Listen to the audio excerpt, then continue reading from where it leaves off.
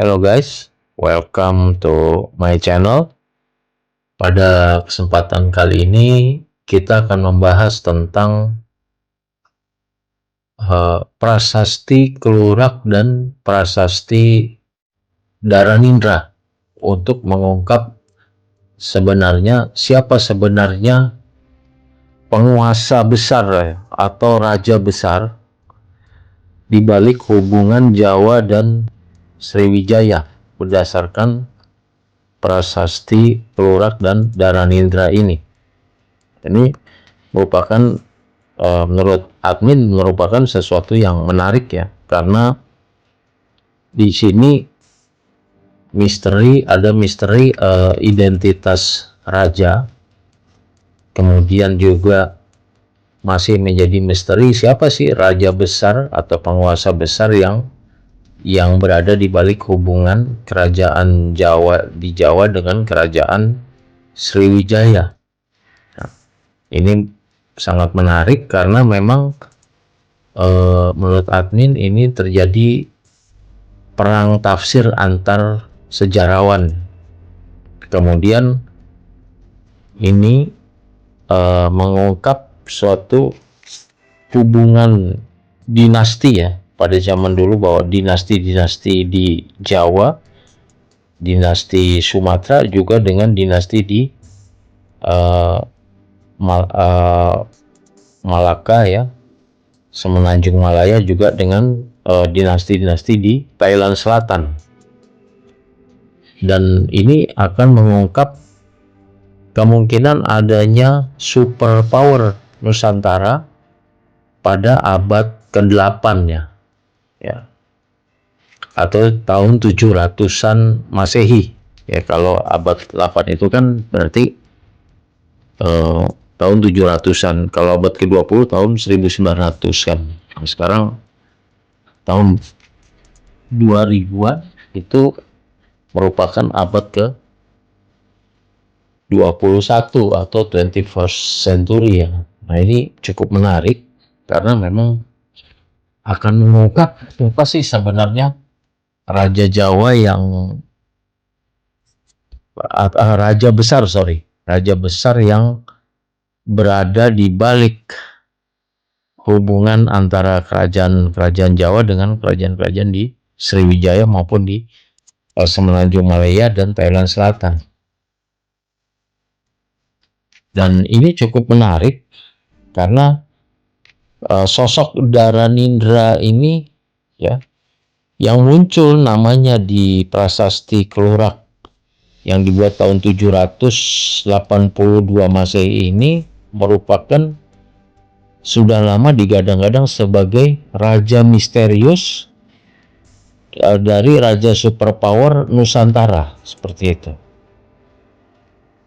Dan ini sudah dibahas juga oleh sejarawan-sejarawan zaman dulu ya, Van den Bosch, tentu saja sejarawan zaman Belanda dulu ya, yang dulu mengira ini adalah nama yang lain. De Kasparis juga punya tafsir yang berbeda. Tapi beberapa expert atau peneliti juga menganggap bahwa Dharanindra ini adalah tokoh yang sama dengan raja besar Sailendra ya. Dan yang lebih mengejutkan lagi ya, ini ada teori bahwa Dharanindra yang muncul namanya di prasasti Kelurak tahun 782, kemudian Rakai Panunggalan, kemudian Wisnu di prasasti Ligor di Thailand Selatan, dan juga Sri Sanggrama Dananjaya. Ini mungkin sekali adalah orangnya yang sama ya, hanya beda-beda nama. Berarti ini kan seorang raja superpower di zamannya ya. Hanya dilukiskan di prasasti-prasasti dengan nama-nama yang berbeda sesuai dengan nama-nama yang yang bisa diinterpretasikan di negara-negara tersebut, atau ya waktu itu di kerajaan-kerajaan tersebut. Artinya kalau memang ini adalah orang yang sama, berarti ini kan adalah satu penguasa besar yang pernah menguasai juga Nusantara pada abad ke-8 ini ya, tahun 700-an, yang punya tentu saja menguasai Jawa dan menguasai Sumatera dan semenanjung Melayu sampai ke Thailand Selatan. Dan yang menarik kalau kita pelajari dari prasasti Kelurak dan Dharanindra ini, ternyata hubungan antara kerajaan-kerajaan Sriwijaya dan kerajaan-kerajaan di Jawa ini ternyata tidak selalu bermusuhan. Ini bagian yang bikin banyak orang kaget ya. Selama ini kan kalau kita lihat narasi umum ya, itu kalau antara Jawa dan Sriwijaya ini adalah rival abadi ya. Tapi dari para ahli menganalisis prasasti-prasasti ini terungkap bahwa Samara Grawira ini menikah dengan Dewi Tara. Kemudian hubungan dinasti tampak sangat dekat, bahkan besar kemungkinan adanya aliansi keluarga kerajaan.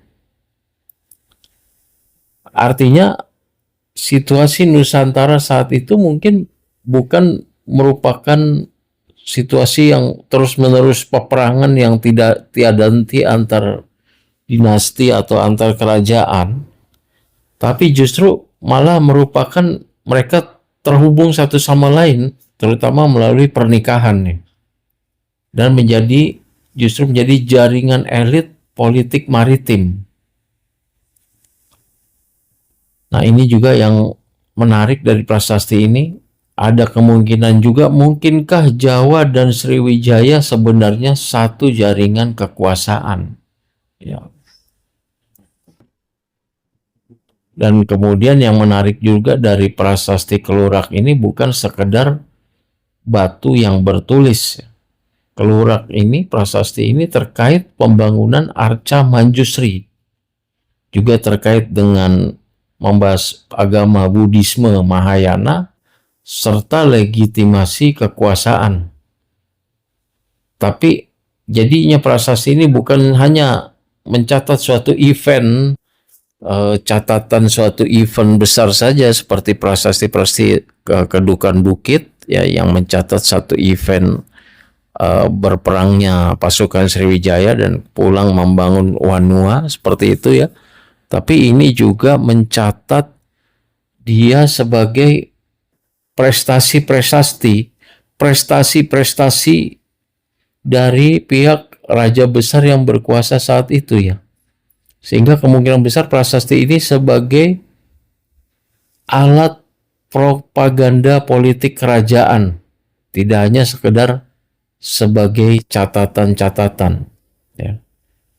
Jadi raja besar ini yang menulisnya ini ingin terlihat, yang pertama dia ingin terlihat sakral, kemudian ingin terlihat bahwa dia adalah pelindung dunia, selanjutnya ingin diakui bahwa raja tersebut adalah titisan Wisnu, dan juga yang terakhir dia ingin diakui bahwa dia adalah penjaga dharma. Ini mirip negara modern yang memakai media, simbol, atau monumen maupun narasi nasional. Juga ini yang menarik bahwa Dharanindra di sini dijuluki sebagai pembunuh musuh-musuh yang perwira. Ya, ini bagian paling menarik ya. Bahwa Dharanindra di dalam prasasti tersebut ada epitet ya, pembunuh musuh-musuh yang perwira. Artinya musuh-musuh yang dibunuh oleh Dharanindra ini juga bukan musuh-musuh sembarangan ya.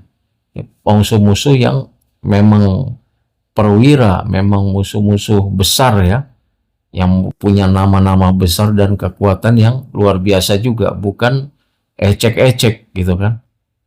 Makanya Dharanindra dijuluki sebagai pembunuh musuh-musuh yang perwira ya. Kita bayangkan bahwa pada abad ke-8 dia seorang raja yang berbasis maritim, terus mengadakan ekspansi kekuasaan, bahkan pengaruhnya tercatat dalam prasasti sampai ke Thailand Selatan atau daerah Ligor, lalu punya julukan seperti ini ya. Jadi ini siapa Raja Nusantara yang disebut pembunuh para kesatria yang perwira ini, sehingga vibe-nya seperti bagaikan Genghis Khan ya, ataupun Alexander the Great, ataupun Raja Rajendra Chola dari India ya, karena sangat besar sekali raja ini prestasinya ya. Kemudian bahkan ada koneksi sampai dengan daerah Thailand Selatan atau Ligor.